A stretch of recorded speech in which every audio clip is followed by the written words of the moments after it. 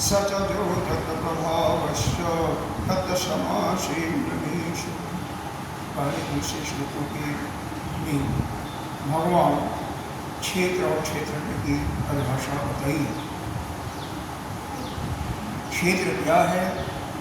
यह शरीर ही जो खड़ विकारों वाला है वह शरीर है, वही क्षेत्र है। और जो इसको जानता है उसी को कहते हैं क्षेत्र। दूसरी बात यह है कि जितने भी क्षेत्र हैं यानी समस्त जीवों का जो क्षेत्रज्ञ है वो एक ही है, अलग अलग नहीं है। यही विशेष रूप से हमें जानना चाहिए।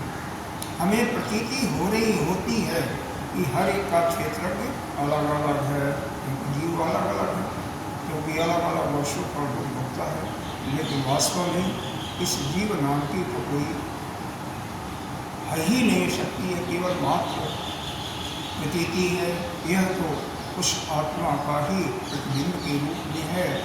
जैसे सूर्य का प्रकाश हजारों लाखों हरारत के कमरे में जो प्रकाश पड़ेगा, हर एक कमरे में जैसा उसका बर्तन में आपने लिक्विड रखा होगा, किसी में शराब, किसी में दही, किसी में दूध, किसी में जल, किसी में गंगा जल, उसी प्रकार से उसका वह स्वभाव दृष्टिगोचर होगा। उसी प्रकार से जैसे पिछले जन्मों के कर्मों के अनुसार जीव का जो स्वभाव बन चुका है, जो उसके अंदर मल बड़ा हुआ है, उसके अंदर जब वह आत्मा के रूप में जब विराजमान होता है तो उसी को परिलक्षित करता है, उसी को बताता है। उसका स्वभाव वही दृष्टिगोचर होता है जो उसके पिछले कर्मों के अनुसार, और वैसे ही वह इस जगत में व्यवहार करता है। अंदर सब कुछ मिथ्या है, फिर भी हमें समझने के लिए उसको सत्य मानना ही पड़ता है, क्योंकि बिना जीव के सत्ता के आपकी भक्ति ही नहीं हो सकती, ध्यान भी आप नहीं कर सकते हैं।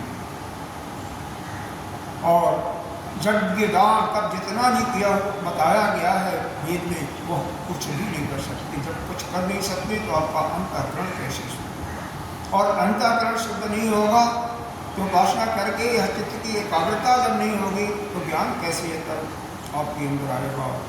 कैसे आप गुरु ज्ञान देगा और उसको पा करके आप मुक्त होंगे? तो वास्तव में इस बंधन को छोड़ने के लिए जो भी विधा बताई गई है वो क्रमशः सब कुछ करना ही है। पहले कर्म करना, और एक समय जब उस कर्म के फलस्वरूप आपके अंतःकरण में संतुष्टि हो जाए, तृप्ति हो जाए, अब आत्मा में ही खेलने लगे, तो उस समय आपको कर्म छोड़ देना चाहिए। और फिर उस ज्ञान की प्राप्ति के लिए आपको सदगुरुदेव के पास जाकर के उनकी सेवा, प्रश्न इत्यादि करके ज्ञान प्राप्त करना।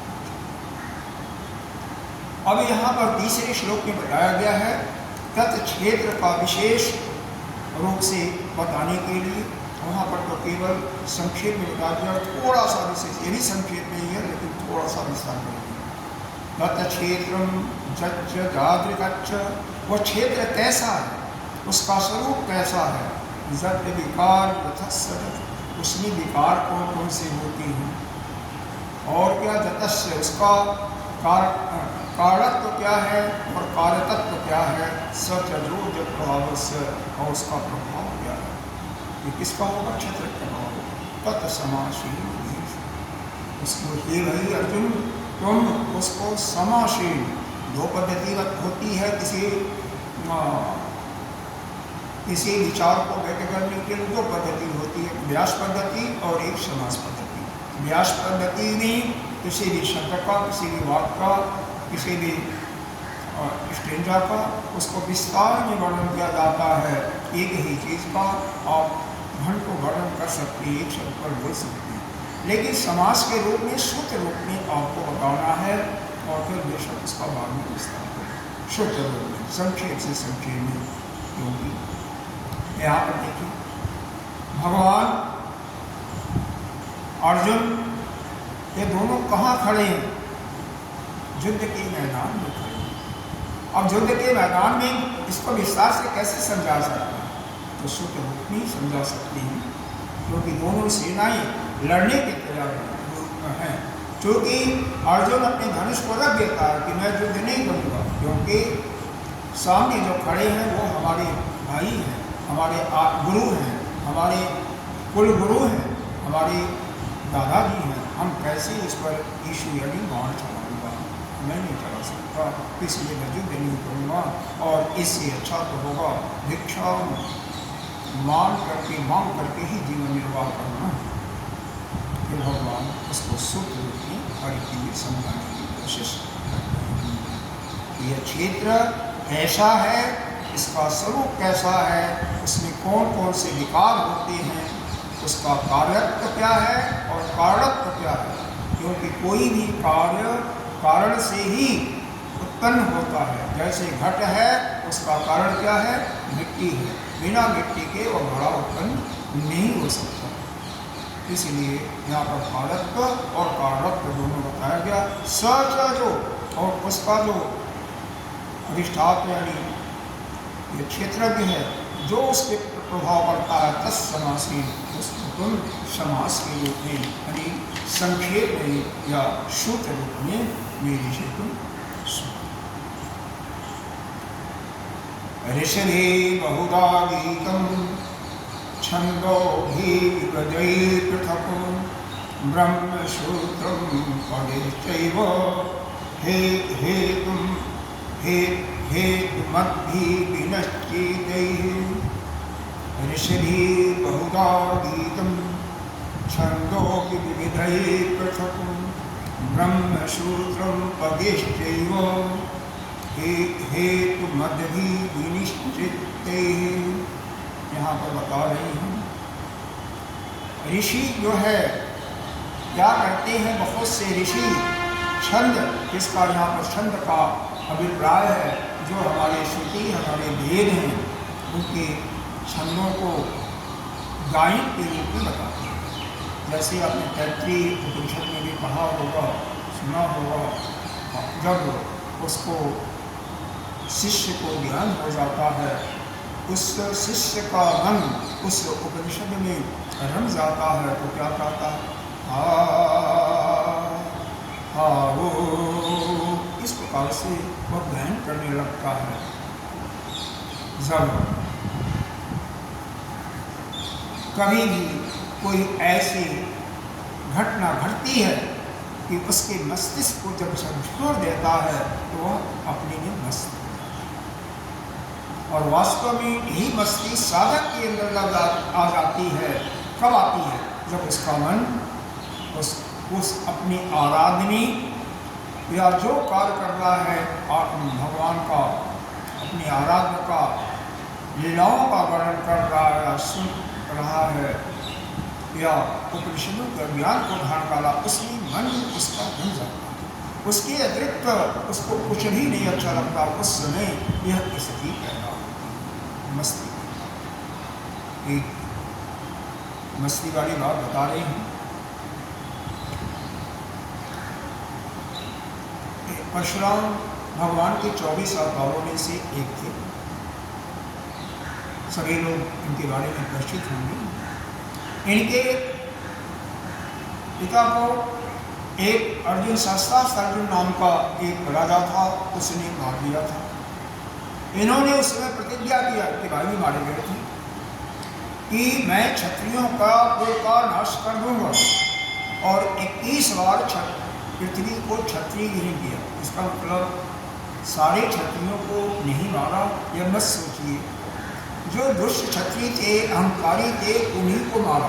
नहीं तो अयोध्या में राजा दशरथ और उनके पिता अर्ज इत्यादि कैसे रहते, और रामचंद्र का यहाँ पर उस क्षत्रिय कुल में कैसे आवागमन? ऐसा नहीं है। ठीक है, रामचरितमानस के में वर्णन है कि क्षत्रियविहीन पृथ्वी को क्षत्रियविहीन किया, लेकिन उन किन क्षत्रियों को उसको गहराई में जाएंगे तो उसमें से वही किन क्षत्रियों को मारा जो अहंकारी थे, जो दुष्ट आत्मा थे, जिनका चाल चलन ठीक नहीं। जो दूसरों को कष्ट देने में ही आनंद महसूस करते थे, उनको मारा, सभी को नहीं मारा। ठीक है। और वही जब इन क्षत्रियों का संहार करके त्रेता युग में जब श्री रामचंद्र जी के पास जाते हैं, जब जनकपुरी में क्या हो रहा था, धनुष, और उस समय हार करके आते हैं, डिफीट होकर के आते हैं। अब आते हैं तो चले जाते हैं उत्तरांचल में। एक समझ लीजिए, उत्तरांचल यहाँ नाम दिया जा रहा उत्तराखंड का, एक एकांत स्थान में चले जाते हैं जहाँ पर एक ऋषि तपस्या करते। वह ऋषि जो है इतने मस्ती है कि चेहरे पर चमक है और वह अपने धन में मस्त है। उनके उस आनंद, क्योंकि अपने स्वरूप में रम रहे थे, उनके आनंद को देख करके परशुराम जी के मुख से निकल पड़ता है, हे, इनका मन तो विक्षिप्त था, क्योंकि ये 30 बार तो क्षत्रियों को हराया था और इस बार हार गए थे। कोई भी, अरे युद्ध में हारने का क्या, जब कोई भी घटना, छोटी घटना भी आपके मन के प्रतिकूल होता है, छोटा बच्चा भी कर देता है, तो आपका मन क्या हो जाता है, विक्षिप्त। क्योंकि आपके अंदर की इच्छाएं होती हैं ना, आपके अंदर कभी कोई इच्छा ऐसी नहीं आती है या कैसी कि जो आपका हार हो। आप जो चाहते हैं वह मिले, यही इच्छा होती है ना।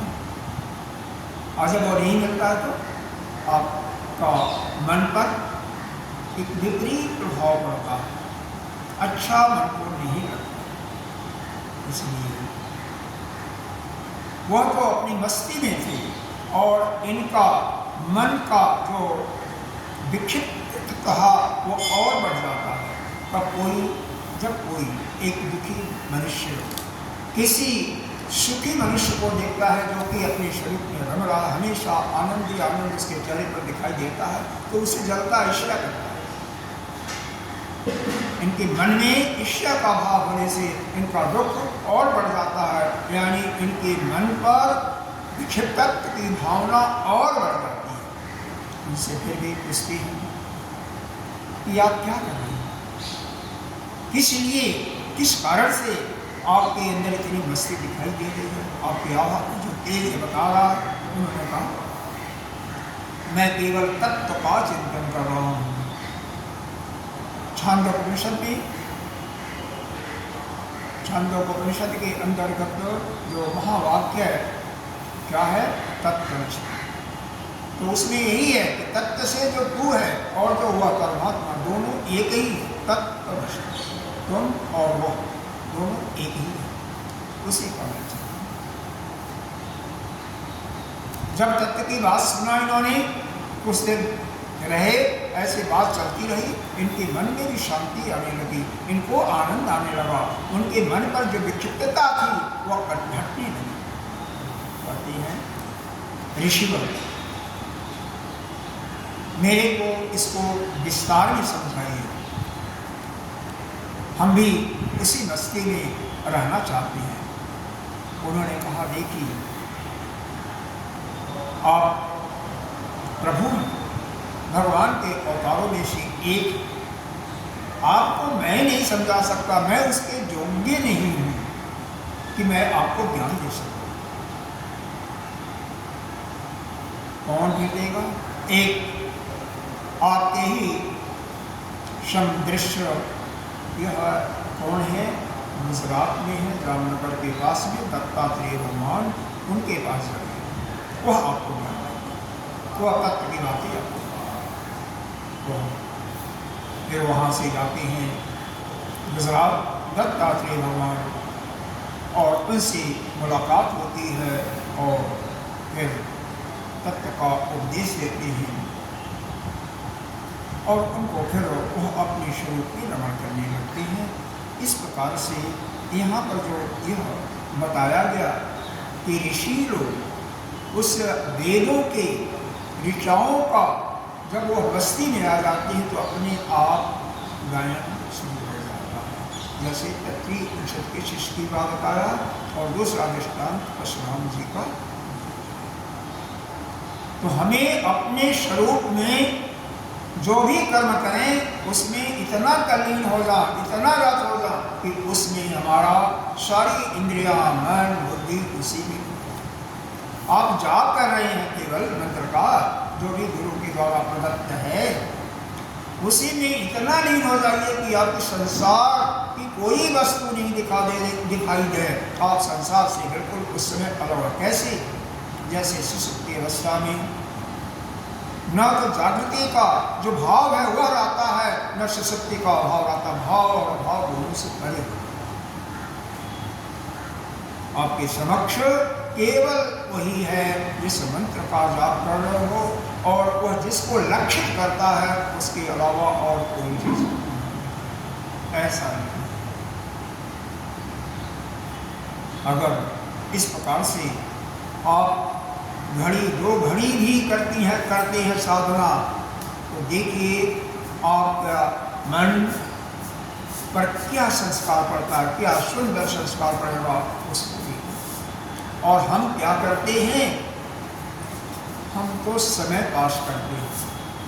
हम जाप तो करते हैं, सत्संग तो सुनते हैं, लेकिन हमारा मन कहीं और रहता है, शरीर कहीं और। हमारी सारी इंद्रियां या स्थूल शरीर, मन, चित्त, बुद्धि सभी अगर वहां पर हो जाए तो उस आनंद में हम भी रमने लगेंगे। और साधना का श्री गणेश यहीं से शुरू होता है। यहाँ तक कि संसार का भी कोई कार्य आप करें, कोई भी कार्य हो, चाहे कोई मशीन चलाना, चाहे कोई भी काम, जो काम भगवान के द्वारा प्रदत्त की गई है उस काम को करें। उसमें अगर आपका मन, चित्त, बुद्धि सब कुछ लगा हुआ है, शरीर तो लगा ही हुआ है, तो देखिए उसके प्रोडक्ट की क्वालिटी कितनी सुंदर होगी। उस क्वालिटी निर्भर करता है कि जो उसमें काम करने वाले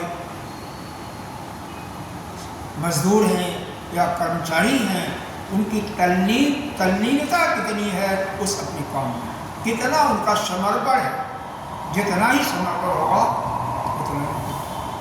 अगर मान लीजिए किसी कारखाने में अब मजदूर है, कर्मचारी है, उसको इतनी तनख्वाह दी जाती है, उसका पेट नहीं भरता परिवार का, तो वह तो हमेशा किस में होगा? उसका मन कहाँ रमेगा कि भाई किस प्रकार से जो पैसा हमें कम पड़ा उस पैसे को कहाँ से मैनेज करें, तो उसका मन चित्त कहाँ लगेगा? तो इस प्रोडक्ट की क्वालिटी कैसे अच्छी होगी? कभी नहीं हो सकती, सवाल ही नहीं। लेकिन जो पूर्णतया कर्मचारी संतुष्ट होगा, उसको अन्य किसी चीज़ की आवश्यकता महसूस नहीं होगी, वो उसमें रमेगा और अच्छा क्वांटिटी और क्वालिटी दोनों वाइज उसकी गुणवत्ता श्रेष्ठतम होगी। इसी प्रकार से और जाप कर रहे हैं तो बिल्कुल अगर कोई आवाज़ पुकार रहा, थोड़ी आवाज़ आपको न सुनाई दे, मालूम हो आवाज़ तो आएगी, कान में पड़ेगी, लेकिन आपको बोलने की शक्ति, हिम्मत न करे, आसानी से आवाज़ न निकले, इतनी तल्लीनता हो जाए, तो देखिए इसका यही हमारे ऋषियों के लिए बताया है। बौद्धा ऋषि, ऋषि बौद्धा यानी बौद्धा ऋषि, बहुत से ऋषि गीतम छंदो भी विविधि पृथक, अलग अलग जो वेदों की श्रुतियाँ हैं, वेदों की जो ऋचाएँ हैं, उनको गायन रूप में करते हैं। कैसे? जब वह भी उसमें बिल्कुल तन मन से और अंतःकरण में बिल्कुल उनका उसमें लीन होता। और क्या यही नहीं, ब्रह्मसूत्र पदैश्चैव, ब्रह्मसूत्र का भी उनके पदों से भी कहा गया है, संशय रहित अगर कोई निश्चित ज्ञान होता है, ज्ञान है लेकिन किसी प्रकार के उसमें शंका नहीं, विक्षेप भी कोई नहीं उठता है, तो ऐसा युक्त और निश्चित ब्रह्मसूत्र के पदों को ही ब्रह्मसूत्र, क्योंकि जितने भी भ्रांतियाँ होती हैं ब्रह्मसूत्र के अंदर उन्हीं भ्रांतियों को दूर किया हुआ है, उन्हीं शंकाओं को दूर किया हुआ है। तो इसलिए उनको पद कहा गया है। उनसे भी क्षेत्र और क्षेत्रज्ञ के तत्व का वर्णन किया गया है। हेतु मद भी विनष्टते, ऐसी ही उपासना करनी चाहिए। केवल आत्मा ही सब कुछ है और कुछ नहीं है। ऐसा निश्चय, दृढ़ निश्चय अपने अंदर करके वही सब कुछ है। बात समझ में आ गई? हम कोई भी कार्य करें, इसका सरल भाषा में यही अर्थ है कि उसमें हमारा शरीर तो लगा है, लेकिन मन, बुद्धि, चित्त भी लगा है। जितने देर काम करें उसमें हमारा मन कहीं अन्य जगह न जाए, इंद्रियां कहीं अलग न जाए, उसी में चाहे वह भगवान की भक्ति हो, भगवान का ध्यान हो, या संसारिक लौकिक व्यवहार की कोई चीज हो आपकी। अरे यहाँ तक कि भोजन भी करें, और क्या भोजन भी पकाएं, तो भी अगर मन, बुद्धि, चित्त एकाग्र है शरीर के साथ में, तो देखिए उसकी गुणवत्ता कितनी होती है। वो भोजन सूखी रोटी ही क्यों न हो, उसमें कितना मिठास बढ़ जाएगा। वो आपको जब इस प्रकार से भोजन करेंगे, और जब आप बातें भी कर रहे हैं, टीवी भी देख रहे हैं, मोबाइल में रखा हुआ कोई कॉल आ गया तो उसको भी उठा लो, तो क्या बात करेंगे? वह मिठास, उसका स्वाद कहाँ से आपको आएगा? कभी नहीं आएगा। तात्पर्य है कि आपको जो काम जिस समय करें उसी में डूबे रहें। अन्य कहीं आप दूसरा काम करें तो उसमें डूबे, इसको छोड़ दें, यह नहीं किसी में। अगला यहाँ पर यह बताया गया कि यह क्षेत्र कैसा बना है। क्षेत्र के अंदर किया गया महाभोग्य अहंकारो बुद्धि अव्यक्तमेव च इंद्रियाणि दशैकं च पंच च इंद्रियगोचराः। महाभूत, महाभूत अहंकार, यहाँ पर 24 तत्वों का वर्णन किया है। यही 7वें अध्याय में 5वें श्लोक में भगवान ने अष्टधा प्रकृति का वर्णन किया है। वहाँ भी 8 चीज़ों का वर्णन किया है। क्या है? चौथा श्लोक है, भूमि आपो अनिलो वायु खम मनो बुद्धि एव च। भूमि आपो अनिलो वायु खम मनो बुद्धि एव च अहंकार इतीयं में भिन्ना प्रकृति अष्टधा। यह अपरा प्रकृति के बारे में इन 8 चीज़ों का भगवान ने नाम लिया है। भूमि, आपो, अनिल, वायु, खम, यह 5 महाभूत के नाम से यहाँ पर केवल एक शब्द में लिखा हुआ है महाभूत। इसका भी तात्पर्य वही है कि आकाश, वायु, अनिल यानी अग्नि, आग यानी जल और पृथ्वी। अहंकार, अहंकार इसका कारण है और महाभूत इसके कार्य हैं। बुद्धि, बुद्धि जो है अहंकार का कारण है, जिसको महत्त्व के समष्टि बुद्धि की यहाँ पर बात हो रही है। तो समष्टि बुद्धि में उसी को क्या करती हैं? महत्त्व। अव्यक्त में अव्यक्तम एव च, और अव्यक्त प्रकृति के बारे में यहाँ पर देखो शांति योग के अनुसार बताया गया, इसलिए कहीं कंफ्यूज मत होइए। वेदांत की बातें, वेदांत अगर होता तो वहाँ पर क्या होता? प्रकृति के जगह क्या होता? माया होता। प्रकृति नहीं होती। वेदांत में प्रकृति को वहाँ पर क्या माना है? माया। वह ईश्वर है, परमात्मा है, और वही अपनी माया को धारण करके यह सृष्टि की रचना की है।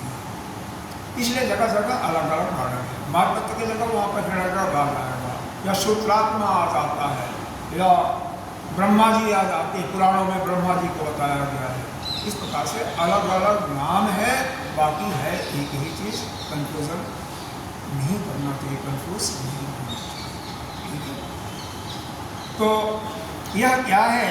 अव्यक्त जो है यह प्रकृति, प्रकृति है। वह प्रकृति क्या है? ईश्वर की ही प्रकृति है। उसको दूसरे शब्दों में आप ईश्वर ही कर सकते। क्योंकि उस प्रकृति का मालिक कौन है? ईश्वर है। माया भी लेते हो वेदांत के अनुसार तो माया को धारण करने वाला है वही ब्रह्म परमात्मा ही है, इसी की आज्ञा। अगर किसी को माया से पार जाना है तो क्या करना चाहिए? उस माया के स्वामी को पकड़ो, यानी नारायण को पकड़ो, मायापति को पकड़ोगे तो आपको माया से आप विचलित नहीं होंगे, और नहीं तो माया के बस में जो हम जीव बनेंगे वो माया हमारे ऊपर हावी है, हम माया के अंदर काम कर रहे हैं, और वह जो मायापति वो माया को अपने अधीन करके बैठा है। तो अगर हम माया से भी पार होना चाहें तो उस मायापति अर्थात उस नारायण का, उस प्रभु का हमें भजन कीर्तन जो भी समझो उसी का सेवा करनी चाहिए। तो अव्यक्त प्रकृति क्या है? अव्यक्त प्रकृति के अंदर जितने भी जीव हैं सभी का बीज है, जो कि जैसे आपका स्टोव रूम होता है उसमें सब सामान रखे हुए अलग अलग, लेकिन किसी में अभी अंकुर नहीं निकले, अव्यक्त है, वह उसको कहते हैं प्रकृति। वह त्रिगुणात्मिका है, 3 गुणों से युक्त है। कौन कौन? शब्द, रज और गम के 3 गुणों से युक्त वह प्रकृति है। वही प्रकृति के अंदर जब अंकुर निकलना शुरू हो जाता है तो वही यहाँ पर जो बताया गया वह बताया गया महत्तत्व के बारे में, समष्टि बुद्धि अर्थात महत्तत्व। कहीं दूसरे जगह उसी को बताया जाएगा हिरण्यगर्भ के रूप में, कहीं प्रजापति का नाम लिया जाएगा, कहीं उपनिषद में उसको सूत्रात्मा के रूप में दिया जाएगा। प्राण की उपासना भी छांदोपनिषद में बहुत प्रसिद्ध है, अलग अलग नाम उसका दिया गया है। एक ही चीज कि जहाँ पर समस्त प्राणियों के बीज हैं और वो अपने फल देने के लिए तैयार हो रहे हैं, तो उसी को हम कहते हैं हिरण्यगर्भ, या यहाँ पर हमने क्या कहा? महत्व। और वहीं से अहंकार कई जगह आपको विराट पुरुष में मिलेगा, उसका उत्पत्ति होती है, और वहीं से पंच या जो महाभूत हैं उनकी उत्पत्ति है। तत्रीपनिषद में क्या आया है? उस हिरण्यगर्भ से ही पहले आकाश की उत्पत्ति है, फिर वायु की, फिर पृथ्वी, फिर अग्नि की, अनिल का, और फिर उसके बाद जल का, और फिर पृथ्वी। इस प्रकार से मनुष्य आया। तो इस प्रकार से यह जो अष्टधा प्रकृति है उसी से यहाँ पर 5 महाभूतों की उत्पत्ति हुई। फिर 5 महाभूतों के अपने विषय क्या है? शब्द, स्पर्श, रूप, रस और गंध। देखो कैसे है यह जितने भी आपके अंतःकरण हैं, अंतःकरण में क्या है? मन, बुद्धि, चित्त। यह कैसे बने हैं? अपंचीकृत महाभूतों के मिश्रण से यह अंतःकरण बना। अपंचीकृत का तात्पर्य क्या है? जबकि जिस रूप में महाभूत पैदा हुए थे उसी रूप ब्रह्मादि महाभूतों की रचना नहीं कर सकते। जैसे एक कुम्हार है, मिट्टी को नहीं बना सकता, जो मिट्टी है उसी में से करेगा ना, अलग से मिट्टी उत्पन्न नहीं कर सकता। स्वर्णकार जो है वो सोना को नहीं बना सकता है, जो सोना उसके पास है या बाजार से लाएगा उसी से अपने जीवन को बनाएगा। यह पंचमहाभूत तो किससे प्रकट हुए हैं? उस परमात्मा के ही, ईश्वर से ही तो हुआ है भाई, उसी ने बनाया। माया या यहाँ पर प्रकृति का नाम दिया गया, और उस प्रकृति से महत्तत्व या हिरण्यगर्भ जो कही, और वहाँ से फिर इनकी उत्पत्ति होती है ना, वहाँ से अवतार इत्यादि पैदा होती है, और जो है उसी से फिर आगे सृष्टि की रचना है। इसके आगे जो पैदा होगा उसके आगे कुछ और भी पैदा होगा। बाकी सब यह समष्टि है और फिर व्यष्टि की रचना होती है, इसमें व्यक्त अलग अलग प्राणियों की रचना। इसमें फिर क्या है, इंद्रियाणी 10 एकम, 10 इंद्रियां हैं। कौन कौन है? 5 ज्ञानेंद्रिय है और 5 कर्मेंद्रिय है। ज्ञानेंद्रिय में क्या है? पहला है श्रोत इंद्रिय, दूसरा है त्वक इंद्रिय, तीसरा है चक्षु, चौथा है घ्राण इंद्रिय और पांचवा है रसना। शब्द इसके यशोद इंद्रिय से हम क्या सुनते हैं? शब्द। आकाश का गुण शब्द है, आकाश का गुण शब्द है। आकाश के ही शतो गुण से यह श्रोत इंद्रिय बनी हुई है। आकाश के शतो गुण से यह श्रोत इंद्रिय बनी हुई है, जहाँ से शब्द सुने जाते हैं। और शब्द बोले कहाँ जाते हैं? वह कर्मेंद्रिय है। अब कर्मेंद्रिय का भी नाम सुनिए। पहला है वाक इंद्रिय यानी वाणी, दूसरा है हस्त, तीसरा है पैर, चौथा है उपस्थ मतलब जनेंद्रिय और पांचवा है पायु अर्थात बलभाग। यह वाणी जो है यह भी आकाश तत्व से बनी है, लेकिन उसके रजोगुण से बनी हुई है। यह उसके रजोगुण से बनी हुई है। तो यह जो शब्द निकलेगा वाणी से वह कहाँ जाएगा? वही पहचानेगा ना जो आकाश तत्व से बना होगा, तो कहाँ सुनाई देगा? कान में सुनाई देगा, और कोई दूसरी इंद्रिय उसको नहीं पकड़ सकती। ये बात समझ में नहीं आ रही? ये बात समझ में आ जाए तो बाकी सब इंद्रियों का अलग अलग समझ में आ जाएगा। देखिए, आप जो चीज जानते हैं, अगर इस सृष्टि में वही चीज मिलेगी तो आसानी से उसको पहचान नहीं। और जिसको कभी देखा नहीं, सुना नहीं, जाना नहीं, उसके गुण आपसे मिलते नहीं, वो कैसे आप उसको? यह आकाश एक ही ऐसा महाभूत है जिससे शब्द हर एक से बने, हर एक से इसी प्रकार से दूसरे महाभूतों से दूसरे दो बने हैं। दो क्या 3-3 शरीर भी बना है, बड़े एक एक करके सुनिए। तो यहाँ से शब्द को सुनने के लिए शतगुण से श्रोत इंद्रिय बनी और उसी के रजोगुण से बना यह वाणी। तो यहाँ से जो शब्द निकला वो सीधे कान में आसानी से समझ में आ जाता, सुनाई देता। रह गई कि आपकी भाषा अलग अलग है, क्योंकि लौकिक समझने की शक्ति है और लौकिक व्यवहार है। संसार में हमारा व्यवहार है, लौकिक व्यवहार के आधार पर हमारे अंदर समझ में आती है। यहीं पर अगर कोई फ्रेंच में बोले, चाइनीज में बोले, हमारे कानों में तो आवाज़ जाएगी, लेकिन हमारी समझ के बाद, क्योंकि उस समझ में, बुद्धि में वो शक्ति नहीं है जिसको पहचाने। और उसको पहचानने के लिए यह बुद्धि या समझ कहाँ से आती है? इस लौकिक व्यवहार से।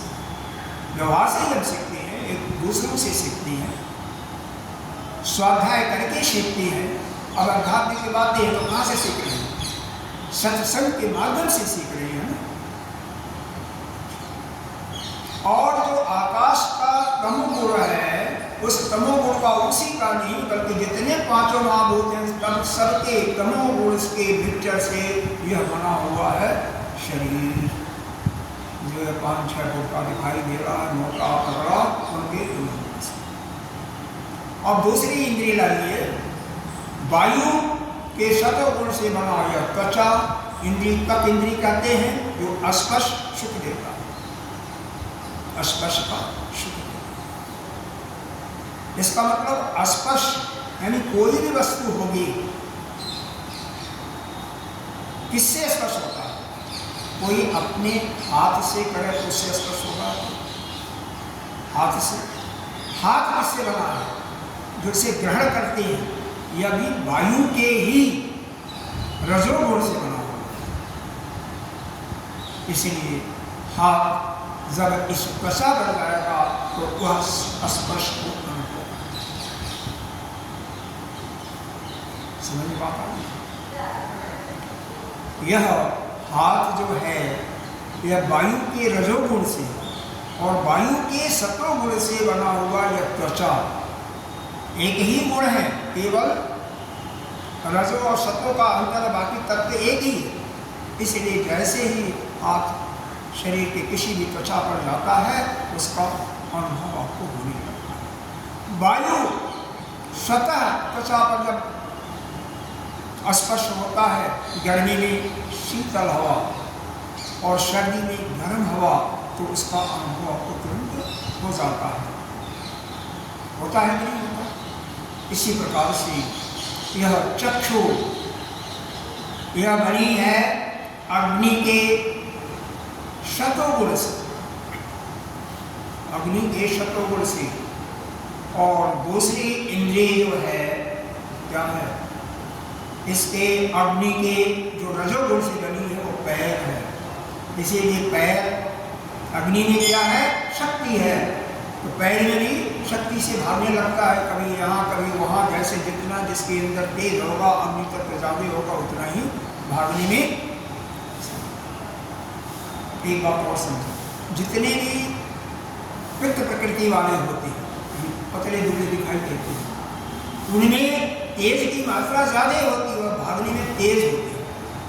और जो मोटे कप प्रकृति वाले होते हैं उसमें कम होती है, तो उतना तेजी से नहीं भाग सकते हैं, उनका ब्लड प्रेशर भी बढ़ जाएगा, गिर पड़ेंगे। फिर आया आपका क्या बोलता है, जड़ तत्व यानी आप माने जड़ होता है। यह जो रसना इंद्रिय है यह शतोगुण के, इसके आप से जड़ के शतोगुण से बनी हुई है। इसीलिए जो ही वस्तु जिसमें रस होता है उसका स्वाद यहाँ पर जो भी खाएंगे हर एक में रस होता है, चाहे थोड़ा थोड़ा ज्यादा। और एक लौंग या बादाम काजू ये होता है, इनका भी आजकल हमें तो पहले नहीं मालूम था, लेकिन ऐसा मालूम हुआ लौंग जो हमें मिलती है बाजार में, या बादाम जो मिलता है उसका तेल पहले से निकला हुआ होता है और उसी रूप में वो दिया जाता है। ऐसे ही अन्य फल भी होते हैं, कई ऐसे होते हैं, लेकिन अब देखो रस नहीं है या तो तेल की मात्रा स्निग्ध जिसको कहते कम है, तो हमें कितना लाभ मिलेगा, इसी अनुपात में पड़ेगा। और इसके रजोगुण से कौन सी इंद्री बनी, यह आपका उपस्थ यानी जनेन्द्रिय, जिसमें जल तत्व होता है, वीर्य होता है। इसीलिए जो भी आप खाते हैं उसके सूक्ष्म तत्व से मन बनता है और उसी से वीर्य भी शक्ति।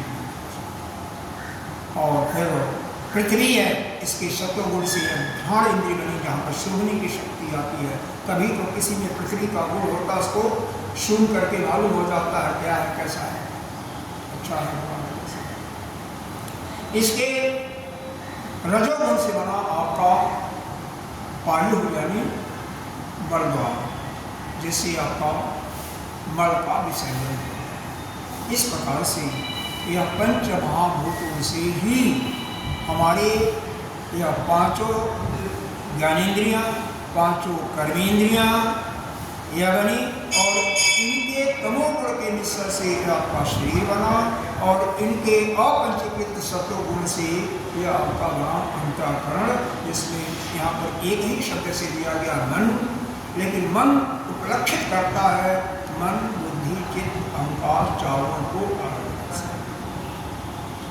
मन का काम क्या है, संकल्प विकल्पों मन, यह शास्त्र के अनुसार परिभाषा। बुद्धि का निश्चयात्मक बुद्धि, आपके पास 7 प्रकार के प्राण हैं, ऑल्टरनेट। चारों में कौन श्रेष्ठ है, कौन नंबर 2 पर है, कौन खराब है, उसका कौन निश्चय करता है, बुद्धि ही निश्चय करता है। जिसकी बुद्धि जितनी तीव्र होगी, जितनी तीक्ष्ण होगी, उतना ही वह जल्दी किसी निश्चय पर सीख पहुंचेगा। कईयों को देखा होगा, आपका जो चेयरमैन होगा किसी भी बड़ी कंपनी का, इतनी बुद्धि तीक्ष्ण होती है कि देखा और उसके साथ ही वह पकड़ गया कि यह अच्छा है, यह खराब, ज़्यादा इसको वह करने की जरूरत नहीं होती है। तो यह अपनी अपनी बुद्धि पर निर्भर होता है, कितनी बुद्धि, जिसकी प्रखर बुद्धि है और कितनी बहुत प्रखर बुद्धि है, मंद बुद्धि है। और इसके बाद यह तो यहाँ पर आपके 24 तत्वों का भाव होगा। 5 और आगे इंद्रिय गोचरा। इंद्रिय गोचरा का मतलब होता है इंद्रियों के अपने अपने विषय। अब जैसे आकाश का गुण है शब्द, तो इस श्रोत इंद्रिय का विषय क्या हो गया? शब्द। त्वक यानी वायु का विषय क्या है? वह स्पर्श। तो त्वक इंद्रिय का विषय क्या हो गया? स्पर्श। स्पर्श को ही ग्रहण करेगा। फिर उसके बाद अग्नि का धर्म क्या है या गुण क्या है? वह है रूप। तो यह नेत्र जो है रूप को ही देखेगा ना, नाम और रूप को ही देखेगा। जल का स्वाद है, जल पीजिए तो एक स्वाद आता है। अब वो स्वाद को आपको मालूम होता है नहीं मालूम होता है, तो वही स्वाद या रसना इंद्रिय, क्योंकि वो भी उसी के गुण से बनी है, इसलिए उसको ग्रहण करता है। तो जब रसना पर कोई भी वस्तु इस प्रकार का गया तो उसको पहचान लेती है। कौन सा मीठा है, तीखा है, कड़वा है, कसैला है, खट्टा है इत्यादि। और आपका घ्राण इंद्रिय जो है यह पृथ्वी के शतगुण से बना, और इसका गुण क्या है? वह गंध। तो गंध नाम की कोई भी चीज होगी, चाहे अच्छा गंध होगा, बुरा गंध होगा, उसको यह नष्ट का किसी किसी के सुमन की शक्ति, गंध की शक्ति बहुत ही तीव्र होती है, जैसे कुत्ता पहचान जाता है। गिद्धों की दृष्टि बहुत तेज होती है, ऊपर बैठा हुआ है लेकिन नीचे पर क्या हो रहा है, कोई जानवर मरा उसको देखना, दृष्टि बहुत। और कभी तो संपाति रामायण में आया नहीं, जब हनुमान जी मानवों की सेना लेकर के अंगद, जामवंत इत्यादि गए हुए थे सीता जी का पता लगाने के लिए, तो कहता है कि मैं वृद्ध हो गया हूँ लेकिन मैं देख रहा हूँ सीता जी कहाँ पर है, लंका में। मैं जुआ होता, मेरे पंख नहीं गए होते तो मैं अभी जाकर मिला। इतनी दूर तक उनकी दृष्टि है। वो क्या, आप भी दूर में बैठे हुए किसी व्यक्ति को देख सकते हैं, कब? लेकिन साधना में जब आप इतने प्रवीण हो जाएंगे कि आपकी यह श्वासों की गति इतनी धीमी हो जाएगी कि तो आप दूर के बैठे हुए व्यक्ति से बात नहीं कर, बात तो ऐसे करते हैं कि मोबाइल पर साक्षात नहीं करते हैं, हाँ मोबाइल से करते हैं, खैर करते हैं, और देख भी सकते हैं, अभी भी देखते हैं, लेकिन कैसे? उपकरण लगा करके, चाहे मोबाइल हो चाहे टीवी हो, लैपटॉप इत्यादि करते हैं, जो भी करते हैं बात करते हैं। कहीं भी, चाहे वह इंग्लैंड में बैठा हुआ, चाहे ऑस्ट्रेलिया में बैठा हुआ, चाहे फ्रांस में बैठा हुआ, आजकल सुविधा है, पहले नहीं होती थी। तो केवल ऋषि लोग अपने साधना के बल पर, या जो साधक उस साधना में प्रयोग होता था, वो सब दृष्टि। यहाँ पर इस 5वें श्लोक में ही बताया गया कि ये क्षेत्र में क्या क्या चीजें हैं। एक बार पुनः देखो, महाभूत अहंकारो, पंच महाभूतों की बात हो गई। महाभूत का मतलब पांचों महाभूत, अहंकार, बुद्धि मतलब महत्त्व, अव्यक्त अव्यक्त में का ही मतलब अव्यक्त जो है वो प्रकृति के लिए कहा। इंद्रियाणि दश, दशो इंद्रियों के बारे में हो गया, 5 ज्ञानेंद्रिय, 5 कर्मेंद्रिय, एकम च, और एक क्या है? वो अंतःकरण को, चारों को एक रूप से मन के रूप से लिख दिया। पंच च इंद्रिय गोचरा, यह इंद्रियों का विषय, यह 5 शब्द स्पर्श रूप है। इस प्रकार से इसकी व्याख्या करेंगे। किसी को समझ नहीं आ रहा बताइए, कि इसका और विश्लेषण करेंगे, नहीं तो आगे बढ़ेंगे। समझ में आ रहा? कोई दिक्कत है तो बोलिए, क्योंकि यह श्लोक थोड़ा सा 13वां अध्याय, क्योंकि यहाँ से ज्ञान का प्रकरण है, थोड़ा सा बुद्धि को एकाग्र तो करना ही पड़ेगा।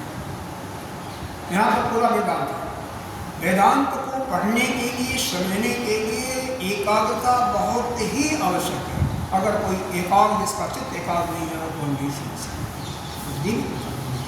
लेकिन एकाग्रता, जितना एकाग्र होगा बुद्धि आपकी, उतना ही जल्दी से चित्त एकाग्र होगा, उतनी ही आसानी से आपको समझ में। इसलिए मन को एकाग्र करना। जिस समय यहाँ पर बैठिए, संसार बिल्कुल आपके सामने से इस प्रकार से गायब हो जैसे गहरी निद्रा में संसार। बाकी पूरा माइक आगे सुनाई नहीं दे रहा। और ये यही बताना है महाराज, बताओगे नहीं तो बाद में प्रॉब्लम होगा। कोई तो बोलो, उनको बोला है महाराज जी, पहले कुछ आवाज ही नहीं है। अब ठीक है, अब ठीक आ रही है ना? हाँ, ज़्यादा देर गड़बड़ हुआ क्या? कभी भी देखो, सामने आप लोग बैठे हो, एक भी बैठा हो तो कोई बात नहीं। अगर आवाज़ ठीक नहीं आती है, आवाज़ आती है तो तुरंत बोलना। अगर तुरंत नहीं बोलोगे तो आपको तो ठीक से सुनाई नहीं देगा और किसी को भी नहीं, ये सब बेकार हो जाए। यह सारा परिश्रम व्यर्थ जाएगा। कृपया इस पर विशेष ध्यान दें, क्योंकि बोलने में जब आप तल्लीन हो जाती है, कुछ नहीं दिखाई देता कहाँ पर और कहाँ पर, क्योंकि हमारा ध्यान तो दूसरी जगह है, यहाँ पर नहीं है।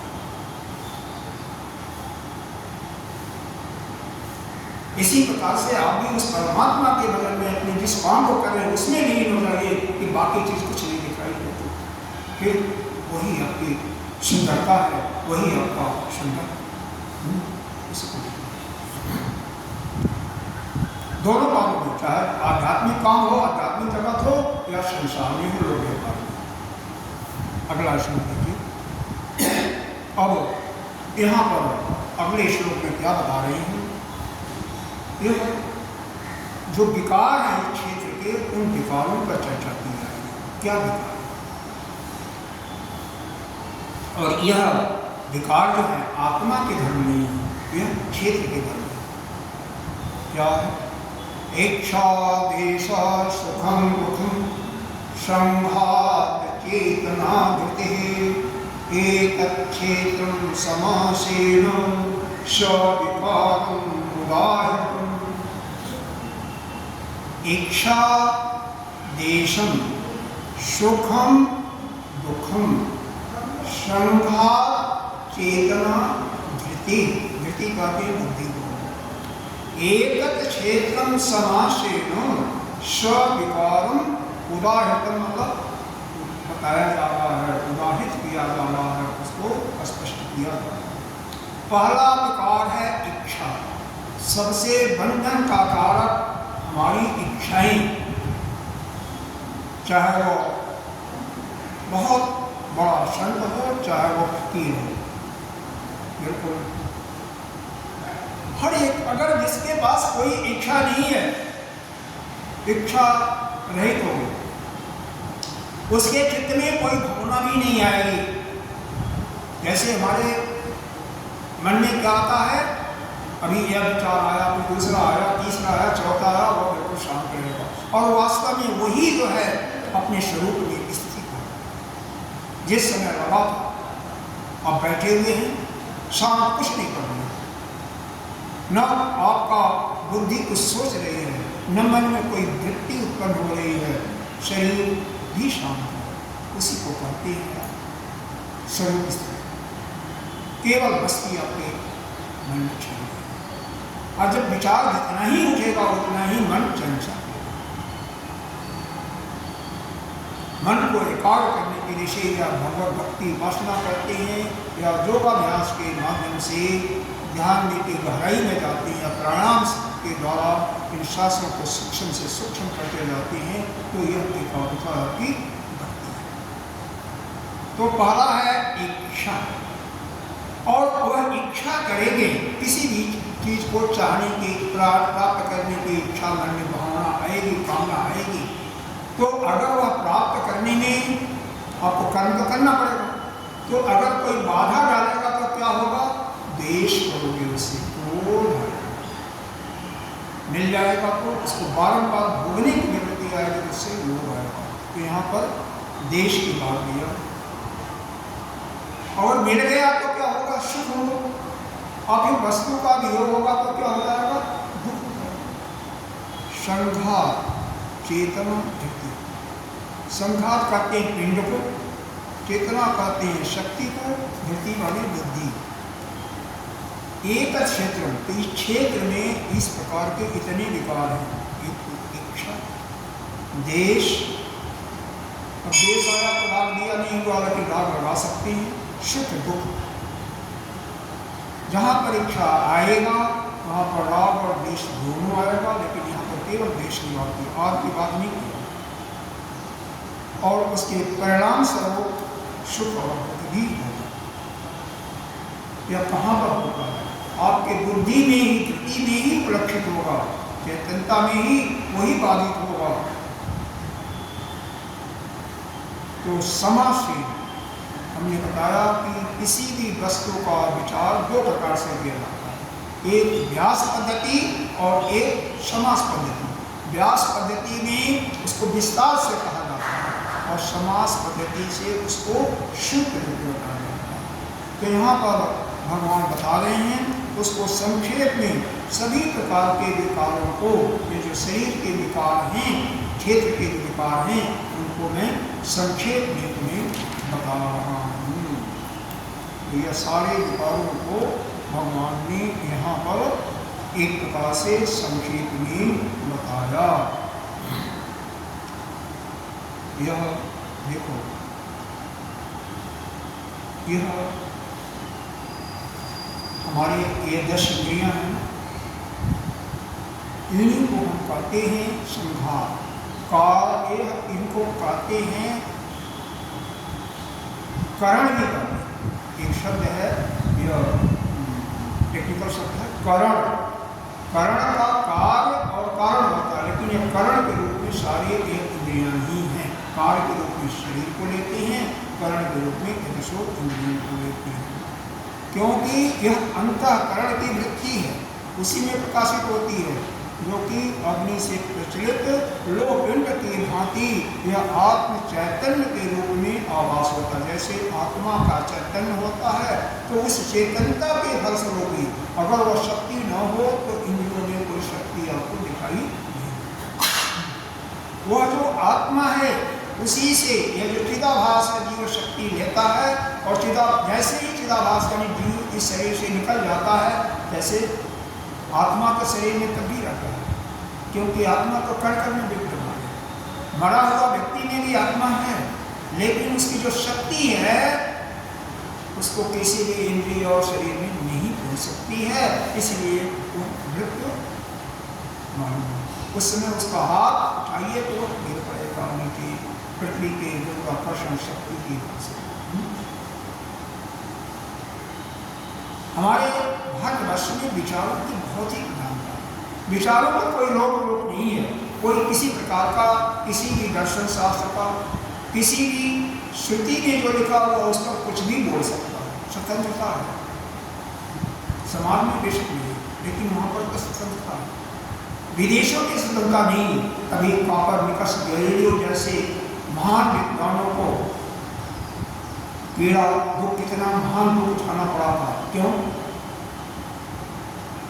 सूर्य स्थिर है, पृथ्वी चलती है, और उनके शास्त्र में क्या, हमारे शास्त्र में ऐसे कहा होगा ना कि पृथ्वी स्थिर है और सूर्य चलता है। और इसी को जब उन्होंने सत्य को प्रतिभाषित किया कि नहीं, सूर्य स्थिर है, पृथ्वी चलती है, इसके कारण इन विचारों की स्वतंत्रता वहाँ पर नहीं। हमारे यहाँ विचारों की पूरा स्वतंत्रता है, कोई कुछ भी बोले, सब कुछ ठीक, लेकिन बाकी समाज के नियमों के अंदर हम बने हुए हैं। तो यहाँ पर यही बताया गया कि यह जो हमारी 10 इंद्रियाँ हैं, इनमें चेतनता का जो शक्ति आती है, वहाँ से उस आत्मा के ही कारण से, उसी की शक्ति से उनमें शक्ति आती है। क्योंकि ये सब कारण है संघात चेतना धृति। वहाँ पर संघात चेतना धृति यानी बुद्धि में भी इन संघात यानी जो कारण है, बस इन 11 में सब में वो चेतनता, सभी में बल्कि मन में भी आता है, सब में वो चेतनता कहाँ से आती है? वह आत्मा की चेतना से ही आती है और वहीं से इसको हम लेते हैं। अब आगे का वर्णन जो होगा 20 गुणों की चर्चा की गई है। साधक के अंदर 20 गुण कौन कौन से होंगे 5 श्लोकों में कहा गया है, इस पर हम चर्चा करेंगे। 20 गुण अलायमानित्वम अमानित्वम अदम्भित्वम अहिंसा शांति हर्जवम आचारो वासनम सौस्यम अस्तर्यम और इस प्रकार से 5 श्लोक की कोशिश करेंगे। एक बार जितना भी होगा देखेंगे संक्षेप में इसको बताने की कोशिश करेंगे। ओम पूर्णमिदं पूर्णमिदं पूर्णात् पूर्णमुदच्यते पूर्णस्य